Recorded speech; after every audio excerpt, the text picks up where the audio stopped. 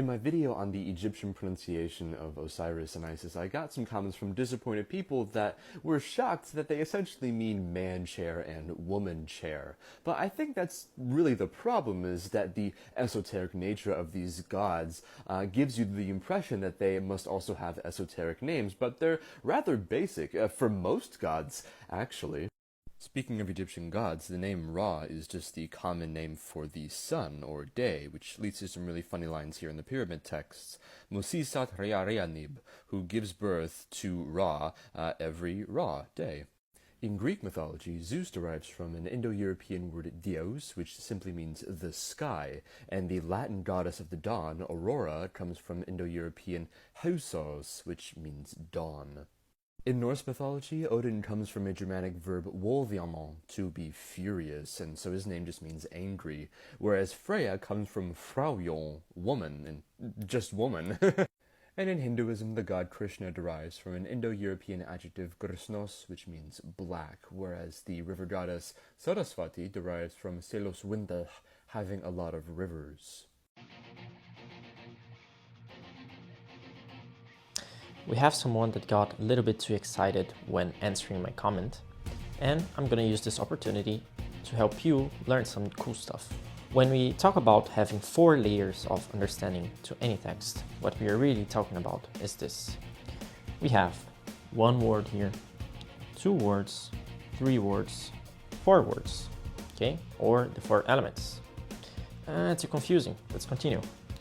We have something called hermeneutics, which becomes pretty clear where they got it from, right? Hermes. And we have the parties system from the Jewish. Now, they're really close. The difference is that this one goes a little bit deeper, the parties. We have 4 ways of understanding. Most of you use only this one, the literal meaning, which is what this video was talking about. Oh, this name means sitting, this name means sky, therefore this is all it means.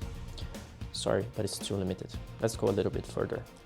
We have here the second level, which is metaphors. So when we say, for example, that Jesus walked on water, let's say, it didn't walk literally on water. It's not someone literally walking on water. It is a metaphor.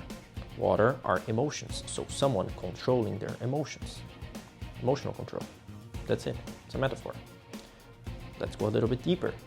Third level, dictionaries, questioning or searching in external references. For example, if you saw that something means something specific, you're going to search for references that prove that, that gives you the foundation to say, okay, it really meant that. It wasn't someone just LARPing and so on.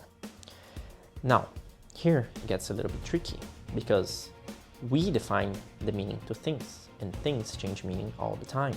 So you cannot say for sure that something means something specific because it is a constant change. You cannot be bound by grammar, otherwise you're too limited. So this, your college papers won't teach you, okay?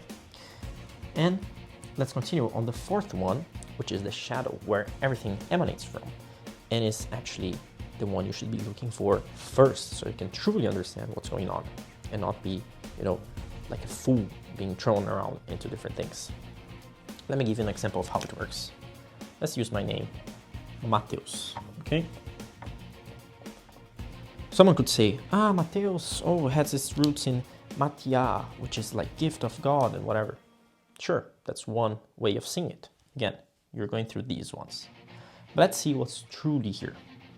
So Mateus, we can break it down into 2 things, Ma and Teus. Wait a second, I heard this sound before. Teus. Theos. Theos. Zeus. Like on this video, it goes to Deus, or let's go even further, it goes to Deva. Okay, so what we're talking about here is not sky, it is a god. It's a title. Okay, sure, you can understand it as sky as well, but it's a title, simply a deva, someone that had higher technology, higher understanding. And what about the Ma? You can invert it and have which is the esoteric name for earth. So there you have it, the god of earth. Then you can start to see what is truly behind the scenes. Let's give another example. We have here Arum. Let's make the gematria. We have here 1 in the vogel, and here would be a vav, so 6. So in the vogels, we have 7. 7, the car.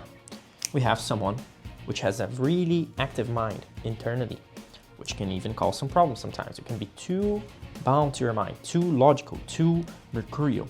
Okay, so sometimes you gotta get a little bit less rational, gotta use your emotions as well. A little tip for you. Let's continue. We have Resh, which is gonna be 200, and Mem, which here is gonna be 600. We have 800, which becomes 8. So externally, people are gonna see you as someone that tries to bring justice into things. Oh, really cool, right? And when we sum both, we're going to have 15. The devil, someone that is losing to their passions, losing to their vices, which gets between vice and virtue and reduces to 6.